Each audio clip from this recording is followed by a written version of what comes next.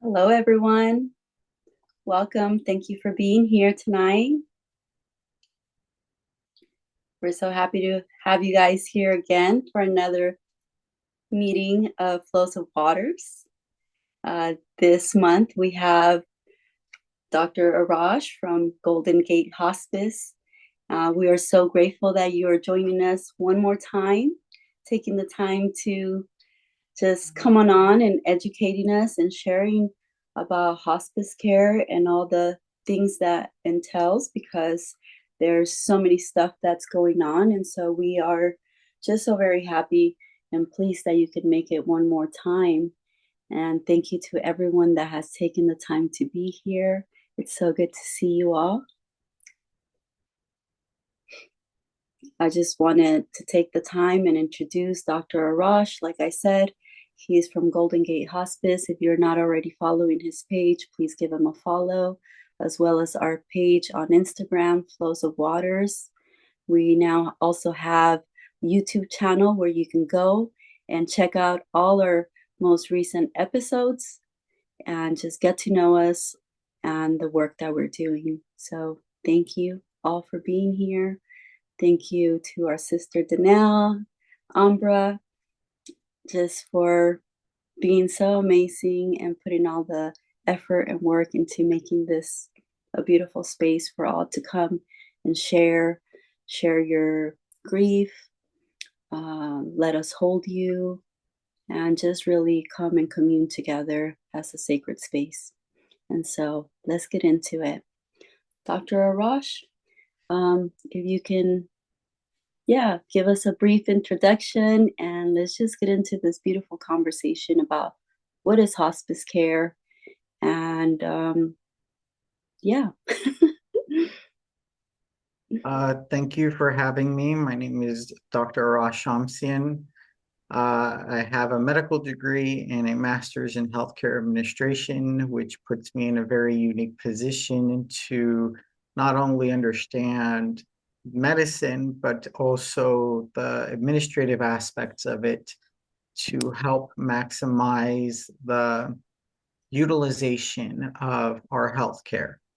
Because I know that it's always confusing and difficult to understand what is possible, what is not possible, the restrictions and everything like that.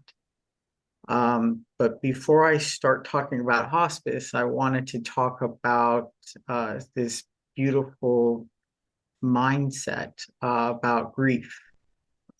So the best example of thinking about grief is it's like a stone, like a very heavy stone that you're carrying with you.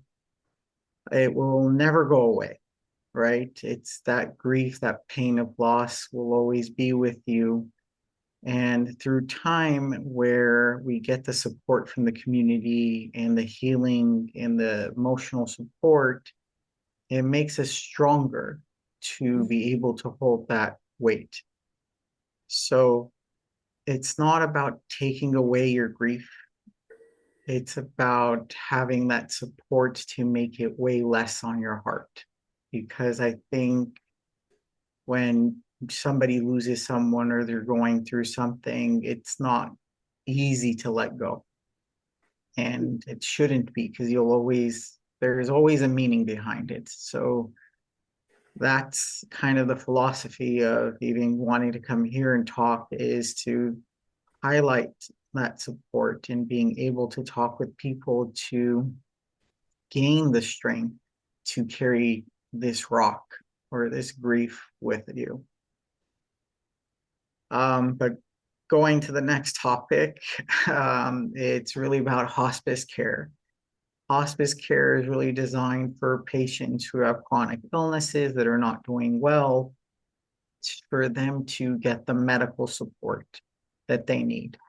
Instead of being in and out of the hospital multiple times, they can have that quality of care at home. And it gets underutilized because a lot of families don't understand or don't realize that it's free. So it's not meant to displace the grief or the transition. It's an allopathic approach of Western medicine to help bridge that comfort. However, going and setting up this hospice, I realized there's so much more than just medication, right? You can only do so much for someone and the families as well, right? In hospice, we're not just treating the patients, you're also having to treat the caregivers, the people that are taking care of the loved ones that are not doing well.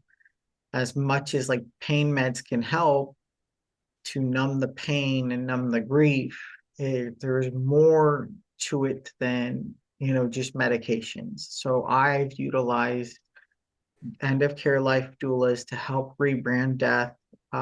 They've been a very great, helpful experience for families. One example is, a son and daughter, their mom is dying. They see it, they understand it. The doctors have told them about it, but always in denial. Like, my mom is not dying. She's just ill. My mom is not dying. She's just sleeping. So the role of bringing end of care life doulas is really about connecting that piece, showing, how the mother is comfortable of where she is and she's ready to transition. And it's ironic because people that are transitioning don't have the grief, but it's the people that are close to them are the ones that gain that grief. So you're losing something to gain something, if that makes sense. And really, hospice is not, a traditional hospice has those limitations. We're not there for the grief of the family, but we provide extra support to help compensate that. What I've done, because we're a community-based hospice, is again worked with different agencies to bring that extra support.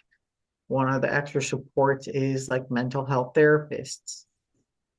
It can either be for the patients or it can be for the families. It's a way, an opportunity for someone to at least utilize their insurance, because insurances cover mental health therapists, and to talk about what's going on. How do you feel? The anger, the emotions, what do you expect? What's coming up next? There's so much that goes through this. We've even had patients that wanted the medical aid in dying, and their spouses have been angry and frustrated, and they're like, this is not what I wanted, this is not natural. They're going through a different kind of grief and pain. So really, I think, having a support system or someone to talk to helps normalize and ground us, right? It's, you're feeling off, you're in an emotional state. You really, when somebody's going through this, it's hard to think clearly, right? Unless you're from the outside, you have a better perspective. Maybe you've gone through this. Maybe you have experience and you're like, well, I've gone through this and I know what's going to happen. Everything's going to be okay. Uh, those supports are helpful. And that's what the hospice does, is like, yes, you have that transition. Then when it happens, the nurses are there. The nurses are there to help the families with the transition. Yes, there's a lot of chaos, but to help complete it, where's the mortuary? Where's the final arrangements? What are the final wishes? I think connecting with people that are transitioning to understand their final wishes is as a healing tool. It should be a healing tool for families that are going through this and knowing that it's going to happen. Anybody who doesn't realize that everybody's going to die, it doesn't matter who you are, what you are, we're all going to end up in the same direction, whether how fast or how slow. I mean, that's in, the divine beings or the universe's hands. But to be able to embrace it and understand and try to move forward and keep memories alive. I mean, that's, I guess, an important topic is like keeping memories alive is goes back to that analogy of having that stone, you know, that stone is grief. That stone is memory. It's heavy on the heart. It's painful. It's emotional. It will never go away. And those memories that come are coming from that stone, from that point, anchor point. And I mean, hopefully there's groups, there's people that can understand that and support it and not just say, okay, your loved one passed, forget about it, move forward with your life. I mean, I've heard that from so many different people and therapists. It's like it's not in your hands. It's somebody, they're going to die anyways. What do being angry and upset is, you can do it for temporarily, but don't let it control your life. And that's true too, right? You can't let the anger and pain control us. It's a part of us, but it can't control us. And this, and the best way is to learn how to respond to it. I mean, from another book that I read is that, there's a lot of things that are out of our control that happen in this world. It's not about feeling the frustration or anger about it. It's about how do we respond to it? How do you respond to someone's passing? You can have a moment, a week to mourn, but then after that, you need to keep their memories alive and bring joy and move forward, not have that rock weigh down on you.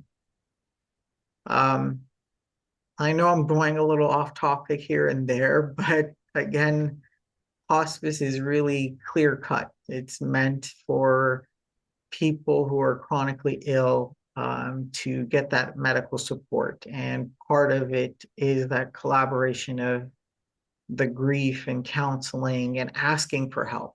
Some families don't, some families do. And so that's what we do. As much as we can, we listen to families, we listen to what they have to say, and we help address and build that gap that's there. Like, there's expectations. And sometimes those expectations are understanding what death is in reality. Like most people don't understand what death means. And uh, in a weird way, because we've seen so many deaths, you can see grief in different ways, right? Grief can be from crying and worrying about someone, or grief can actually be my mom is not eating. She's like 98 years old. She's skin and bones. I need to feed her. I need to forcefully feed her to make sure that she's doing well. Right? That's still grief, but in a different way. So hopefully, I mean, with this group and having the awareness, we're able to see the different types of grief and how to embrace it and not to dismiss it and say, okay, it's hopefully from this conversation, that analogy of, having grief considered as a rock that, an event happens, you'll always carry that rock with you. Um, and the way with support and community support and through therapy and doing activities, artwork or something will help make you stronger as a person to be able to lift that rock. So whenever you're walking around, it doesn't feel as heavy anymore. It's not a big burden. You're like, it's part of your life and you're moving forward with it. Any Thank you. questions so far? Have one, yes. That's perfect timing. I'm curious. So, um, how you were speaking of like the death doulas being involved and rebranding death and helping grief not to be so heavy. I think it's so beautiful. And so I'm curious if like you would say metaphorically like hospice care is like a a doula in a sense, right? Like a business doula, right? Where you can receive all of these beautiful tools. And then, if the hospice center has doulas along as well, like that's such a beautiful intertwine. It's just like in the birthing field, like hospitals having access to birth doulas, like, they support. And so I'm curious, like, how that experience has been for the heavy grief in the world, and how like um like, if I guess to revamp it all, like, would you agree like hospice is in some metaphoric way of speaking like a doula for the client and the family, and then bringing on the doula, intertwining those two, and how has that been? Yeah. So that's a good question. Traditional hospice does not cover the doula aspect of it, which is ironic because it's really focused on the medication, the social worker, like social economic support and stability of the family, and understanding like what the transition is. The irony behind this is there is this emotional, mental, spiritual gap. And the like there is no medicine. There's no like here's a pill and you're going to feel better or move forward. So when I first got introduced to hearing what an end of life doula was like, I really didn't understand it either. It was like, oh, it's just like what does this mean? Like I know what a birthing doula is. It's meant to do this, and then an end of care life doula is meant to what? Help you transition.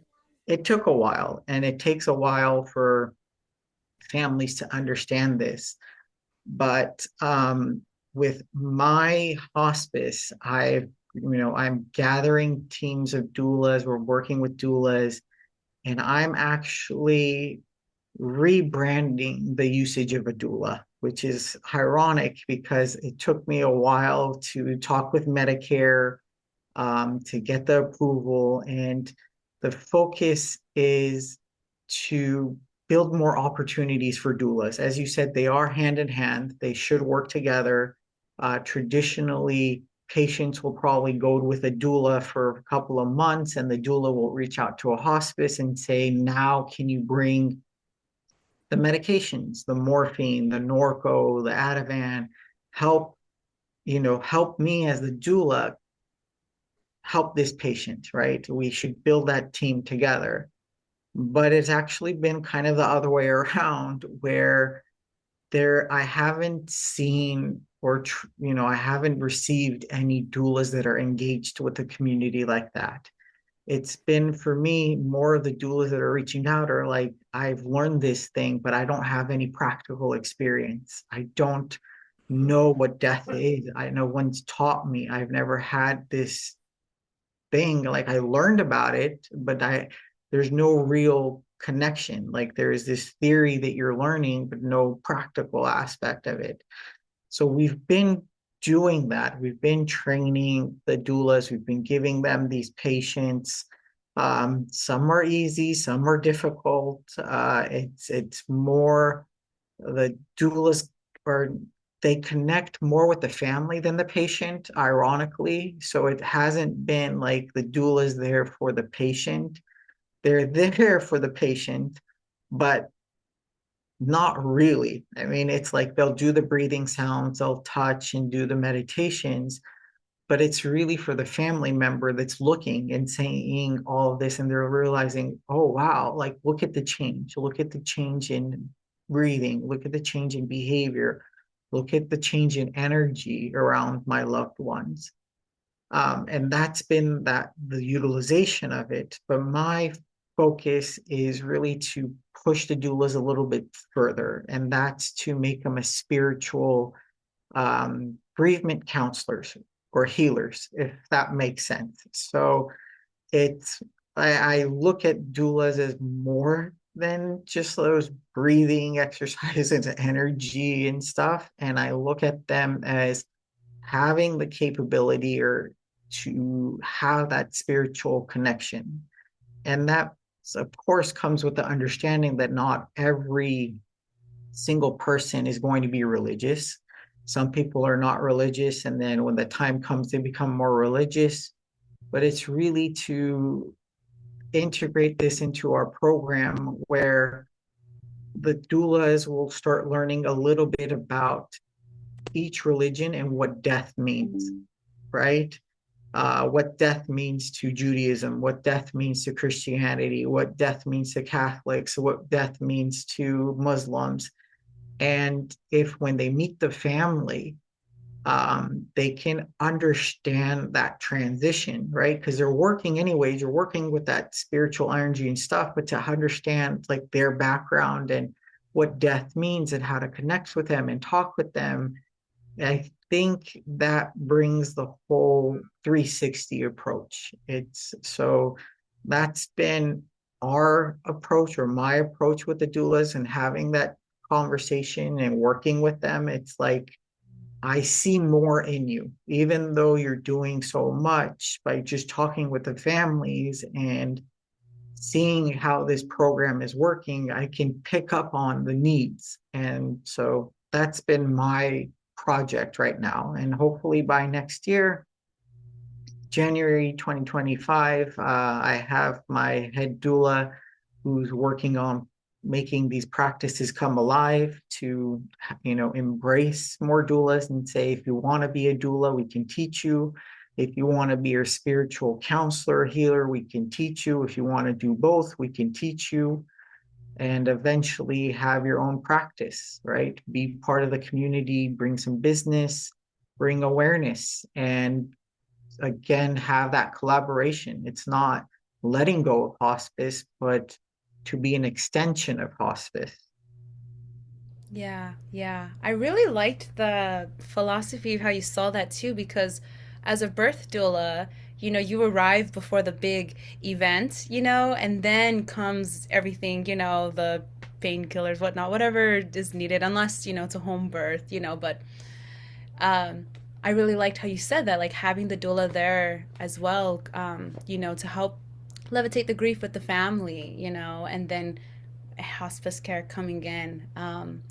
Yeah, this is very exciting. I'm so glad I asked the question because we know as well with Flows of Waters that you work with Mary Taliano, who was our guest in October, and she came and spoke about death, and so yeah, I'm like curious if which I feel she's as a part of the project, and it just makes me so happy because just having more people, growing awareness about what is hospice, what is doulas, as well as like more awareness of what does death mean to other religions. Like that is very beautiful and adds more compassion to an individual who's, holding space or just simply being present. So yeah, that's very beautiful. And yeah, I know for Flows of Waters, we'll be, holding that vision for you and really excited to see that come out next year.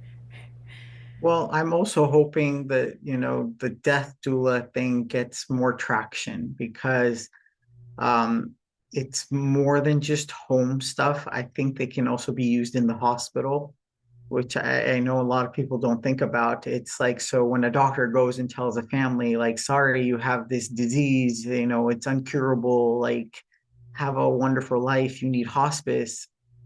Um, like the patients or families are like, huh? Like it doesn't sink in. So to have a death doula, I think be part of the medical team or in the hospital to do that transition is it should be critical. It will be a helping step, right? Just like a birth doula, it's a helping step of like this is what's going to happen. It's okay. This is normal. Let's help you step by step, right? To make sure you're not in pain, make sure you have the final wishes. What are your advanced directives? What are your plans? And to also not, I guess, dwell on death too much and more of working towards a celebration of life. So that's, I think, an important tool to have, is right, to remind families, just because you have this disease or something, not to give up.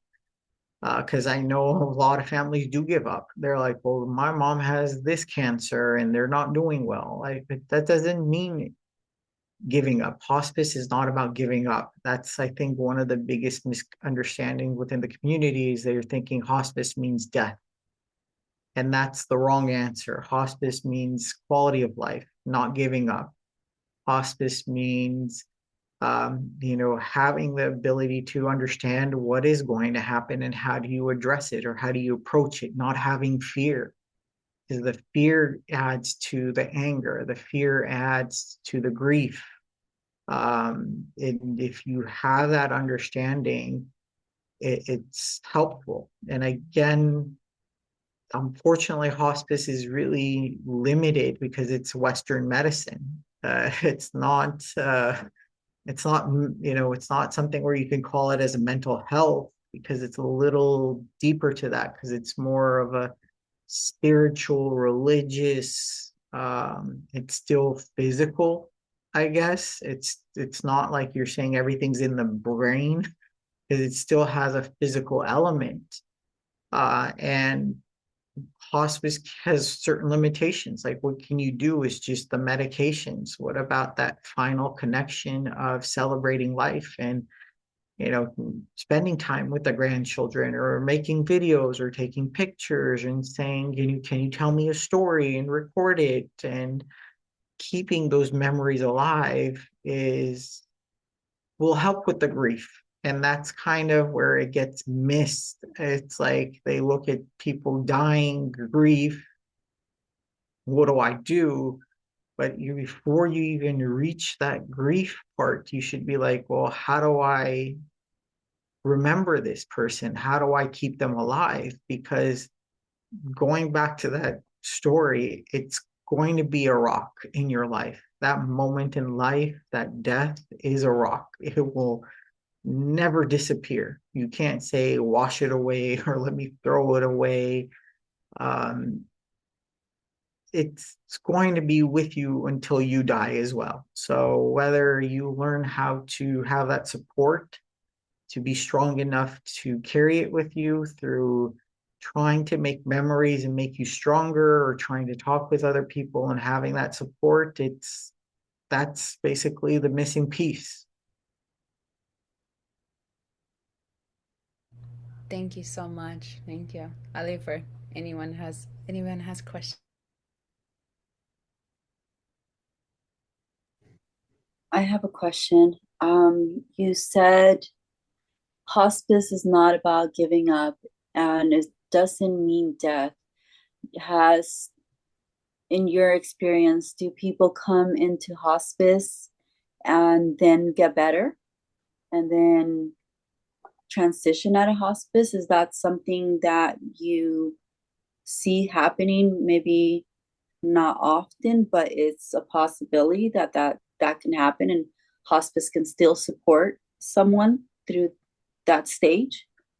So the answer is yes, right? It's not a death sentence. It's not a permanent contract. You can be in it for a couple of months. If you're doing well, then yeah, you can say, let's transition to home health, or maybe just see what we can do, get you rehabilitation. So there are most patients with that would be like neurological diseases like Parkinson's or Alzheimer's.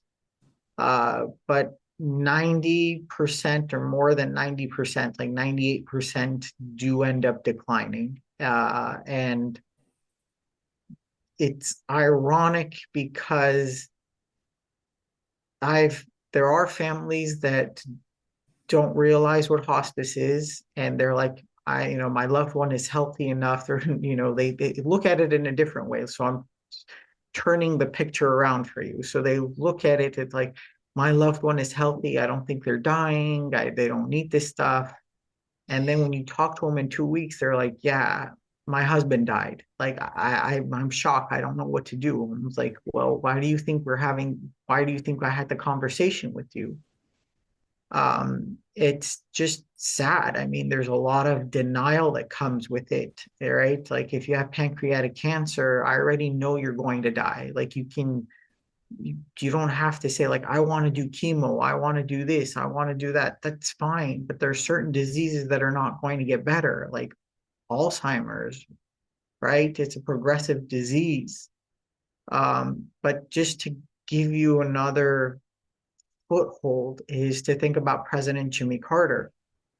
He's been in hospice for over a year and a half, almost 2 years. Is he dead? No. So it's just to show you it's about quality of life, right? If you're chronically ill, it's making sure that you have a quality of life. I know it's not predicting that you're going to die today, you're going to die tomorrow, you don't know.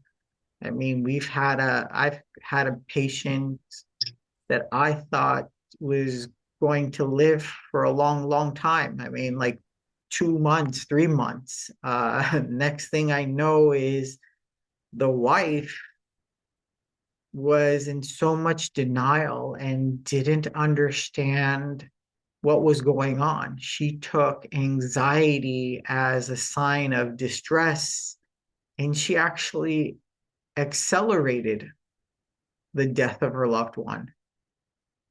I don't know. I mean, you can look at it as a kind of a grief.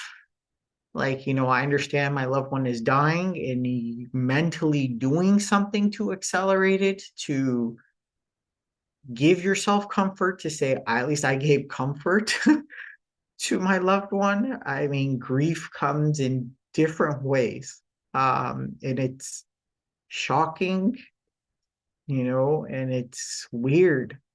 Uh, I mean, it reminds me of another story, which is ironically true, is that it was in the news, and somebody told me it's like, a wife finds out that her husband has cancer and is dying. And so what she does is she's thinking, oh my God, like the medical expenses and treatment and all this stuff is going to cost me so much money. I'm not going to have my retirement money. I'm going to be wasting it on this guy, and not realizing that like there is, hospice is covered by insurance. Like there's no cost to it, and there is support, and the medications and treatments, they are covered. So she basically ends up killing the husband because she was scared of him using all the money for help, like getting a caregiver or, medication or hospice. And it sounds funny, but it's actually more common than we think about it. That when people hear the bad news, their loved ones end up speeding things up without understanding, well, wait, let me see if I can get help. And that's why I said it's hard for people to utilize hospice, because they equate hospice equals death. Like, I'm in hospice and 2 days from now, I'm going to die. They don't look at it as like it's a possibility that I can get better. It's a possibility that I have support. It's a possibility I can live more than 2, 3 months. I can live for 6 months. I can live for 8 months. I can live for years. But they don't think about it. You had said a lot of stuff about misconceptions in hospice, and one of the things that you had just said is that all insurance covers hospice. What about for the people that don't have insurance? Where are the options with that and those people who are maybe struggling and again don't have opportunities with getting insurance? And is there hospice available for those individuals? So that's a very good question as well. I'm glad you asked that one. In California in 2024, Gavin Newsom passed a law that, for all immigrants and anybody, whatever, you can get insurance. You get Medi-Cal. Medi-Cal is still insurance. It still covers hospice. So their social economic status doesn't matter in, getting the medical help you need. So that answers the question is like, yes, if you don't have money, you're not making money, if you're an immigrant, you can get it. But the challenges that come up is that Medi-Cal doesn't cover as much as Medicare does because it's a state funded like health insurance. There's a little bit of limitations. So it builds some challenges into hospice as with Medicare, for example, if you're not doing well, we can provide you a continuation care nurse. That means a nurse can be with you 24/7 for 1 day, 2 days, 3 days, 4 days, 5 days, as long as you need during that transition, during that downhill. But with Medi-Cal, they don't pay for that. You get a certain amount of pay per day, and they're like, anything extra that you do, good luck, right?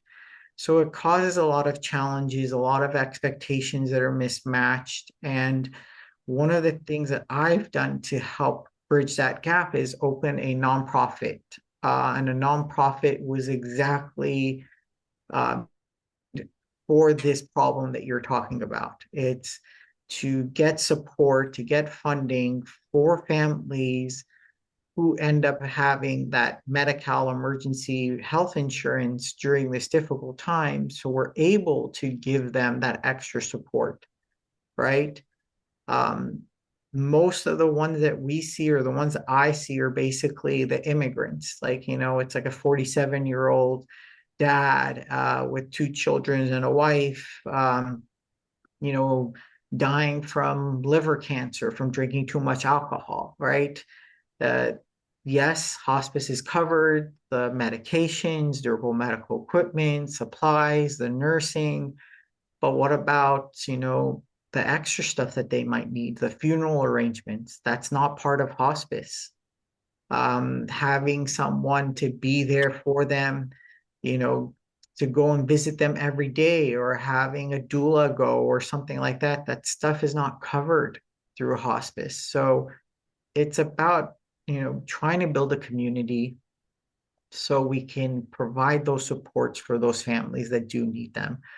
So ultimately, yes, no matter your background, you're able to get hospice. It's covered. Great. Thank you. Yeah, I think that a lot of people have all these questions and they don't know. So I'm glad that you're here, and I'm glad that you're giving all this informative information for people to not only hear it, but to pass it to people who may be seeking this information as well. So thank you. You're welcome. And I mean, if you can help spread the word, it's important. A lot of the misconceptions are like, if you're in hospice, you can't go see your medical doctor, which is not true. If you're in hospice, you can't go to the hospital, which is not true, right? There's a lot of misconceptions that thinking that because you're in hospice, you give up a lot of your rights, right? You give up a lot of your limitations. Just because you're in hospice, that doesn't mean you lose IHSS. Just because you're in hospice doesn't mean you lose your Social Security. Those are 2 different things. Like, A has nothing to do with B. This is like your livelihood, the Social Security, the aid that you're getting as a caregiver. Those are still part of your life. Hospice is just the medical support.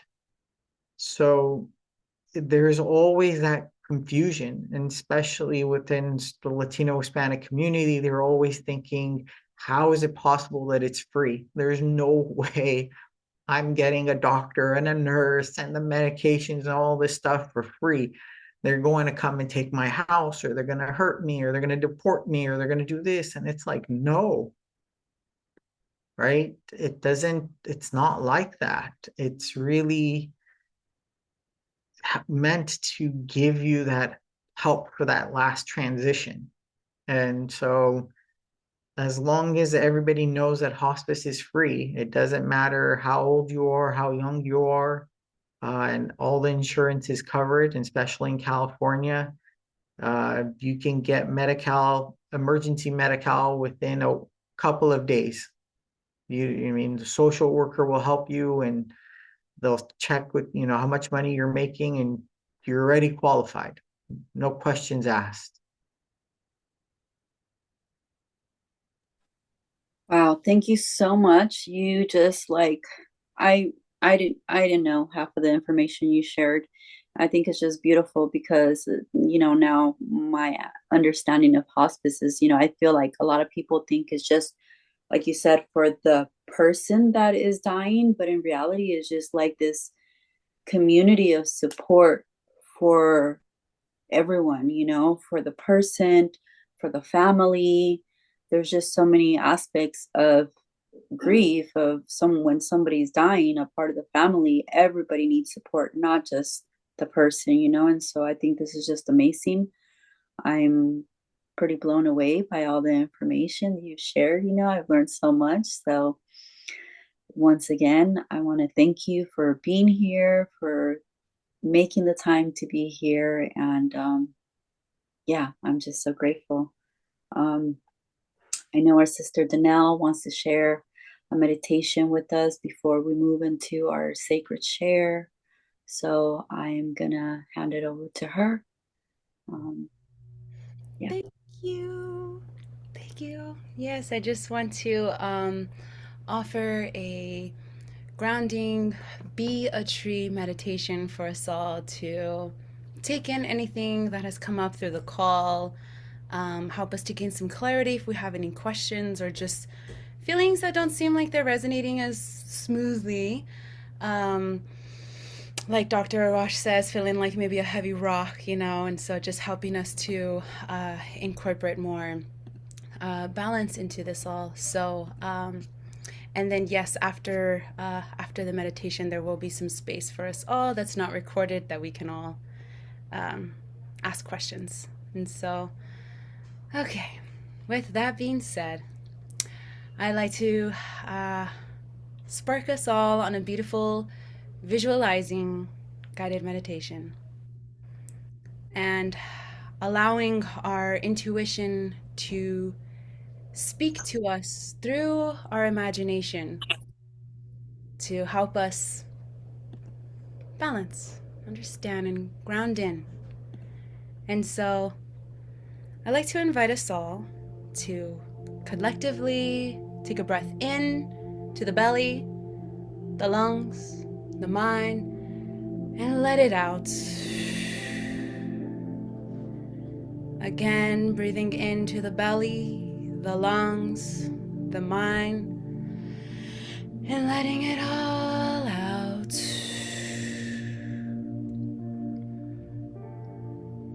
Bringing awareness to the space as our eyes gently close, as we breathe in to our core, into our bodies, and breathing out. Giving so much gratitude for Dr. Arash for being here, sharing some wisdom for us, and stirring up whatever may be in our flows of waters. Giving thanks to all of the guests that arrived here as well, with your presence, your heart, your energy. And now, coming into our vessel, our center, our emotions, our head space, our heart space, coming into you. And questioning or simply observing where we are at currently in life with our grief, with our questions, our curiosity, with our frustrations. Where are we? Is it chaotic? Is it a heavy stone? Is it a light feather or a beautiful sunshine ray gleaming through the beautiful trees and kissing your skin? Is it cold? Are you seeing vastness of your current reality? Or focusing in on one specific situation? Whichever it is, I invite you to simply wear it and bring it to your skin. Allow it to be, because it will become part of our tree. And so with that in mind, I invite you all to gently breathe into the base of your spine where the earth kisses you. Wherever you're sitting, where you're standing, even if you're on a tall building, just allowing your imagination to spark wild and visualize the space where you meet the earth.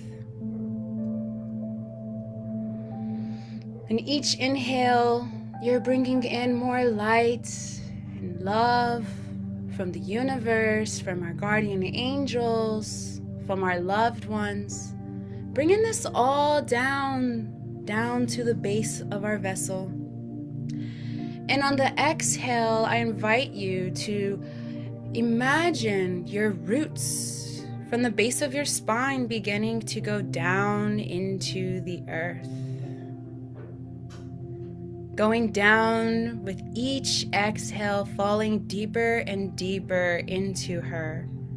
Feeling moist, the waters, the soil, life, the organic minerals, the raw strength.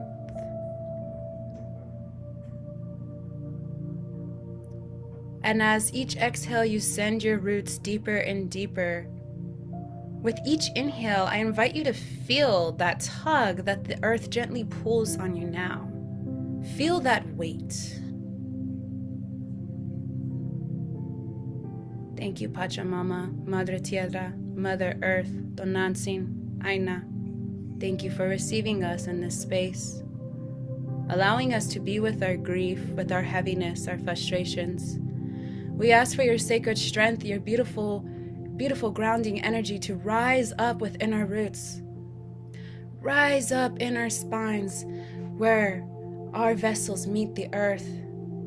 Rise up into our trees, our trunks, our cores, our vessels. Bring your beautiful life, birthing, creative energy into all spaces of our vessels and extend out.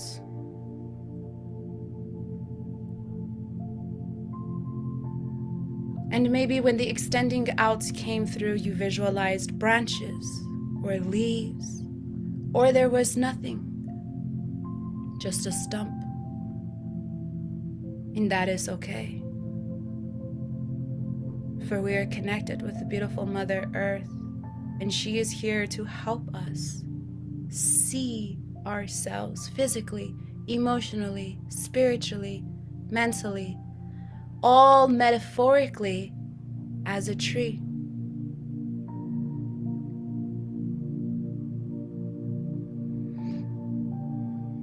Now, as we began this meditation, we brought up anything that we can be carrying on our chest or in our kidneys, somewhere in the body that can be heavy or chaotic, grief, simply grief. See that on your tree now. Does that bring more textures to the tree? Does that bring less leaves to the tree? Less branches?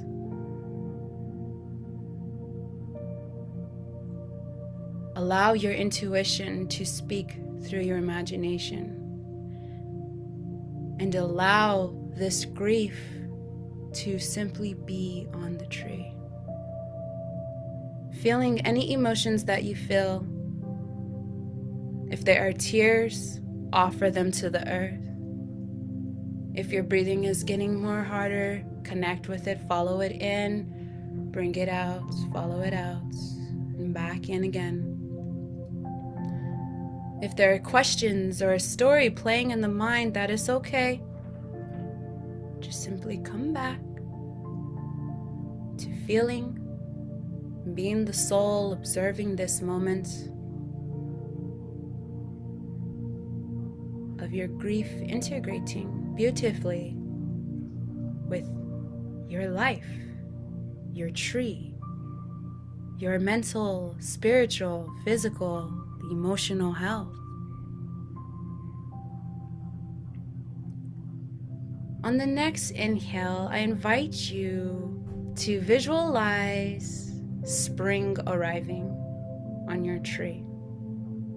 And don't take away the grief. Leave all of that damage, that beautiful, beautiful death there.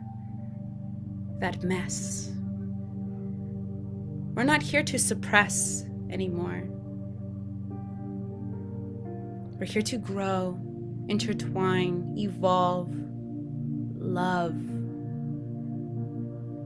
And grief is an immense amount of love in very, very complicated emotions.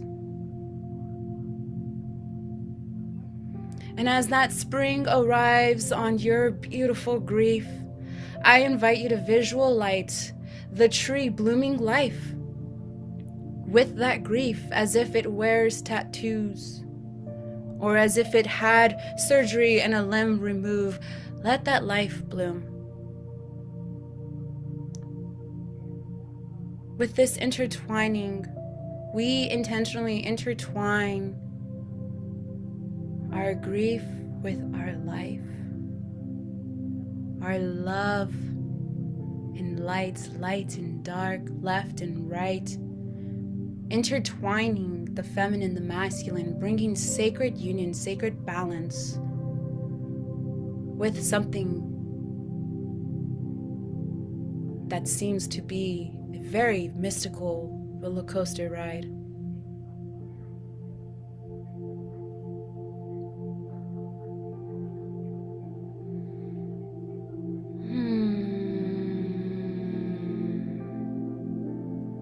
And as we breathe in, I invite us all on the exhale to hum with our mouths closed.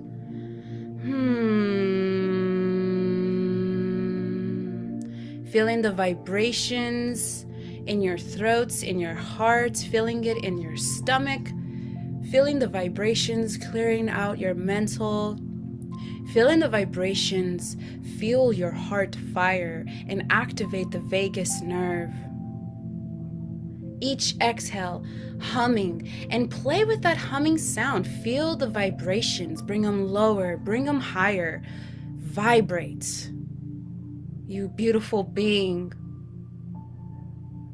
with so much capacity to feel, vibrate.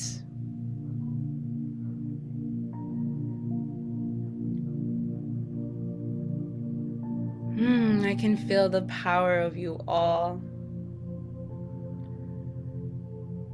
I invite you all to place your hands on your heart. Beautiful, beautiful heart that is always pumping the rivers within. Thank you, heart. Thank you for flowing these waters within and the capacity of feeling so much on such a wide spectrum.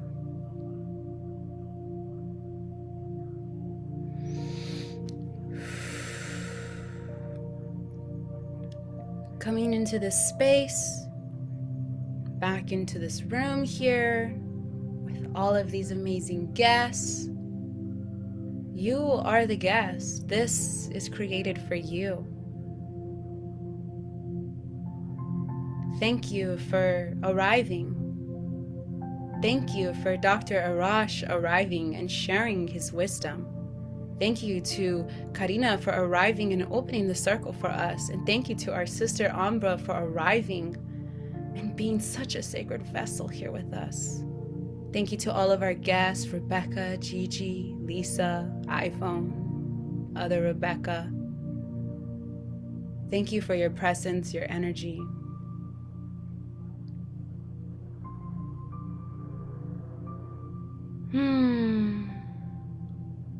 And as we come into this space, maybe wiggling our feet, moving our hands, and not opening the eyes just yet.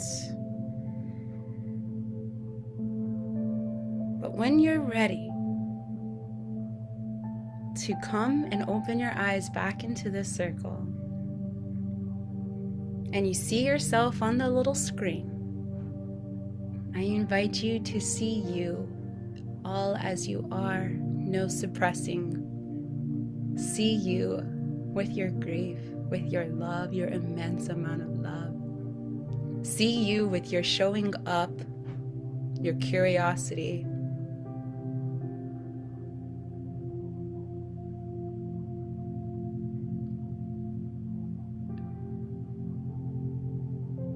Thank you for allowing me to guide you on a beautiful journey. I hope it has served you well. I'm so grateful.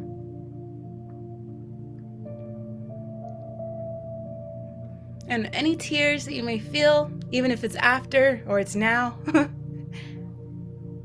let them flow. That's what we are here for. The flows of waters coming together in this vast ocean of the unknowing. And thank you to technology and Zoom, we can gather from wherever we are. I want to give thanks to everyone again for arriving. Thank you again to Dr. Arash for being here and for all of the work that you have done and that continues. I'm very excited and looking forward to this. And if anyone would like to further connect with Dr. Arash and find Golden Gate Hospice, and can find on Instagram, but as well as connect and visualize this beautiful rebranding and be a support in this beautiful work that is needed as we witness through COVID and as we are continuing to witness this immense amount of grief that definitely just needs to be loved, supported, and held and seen.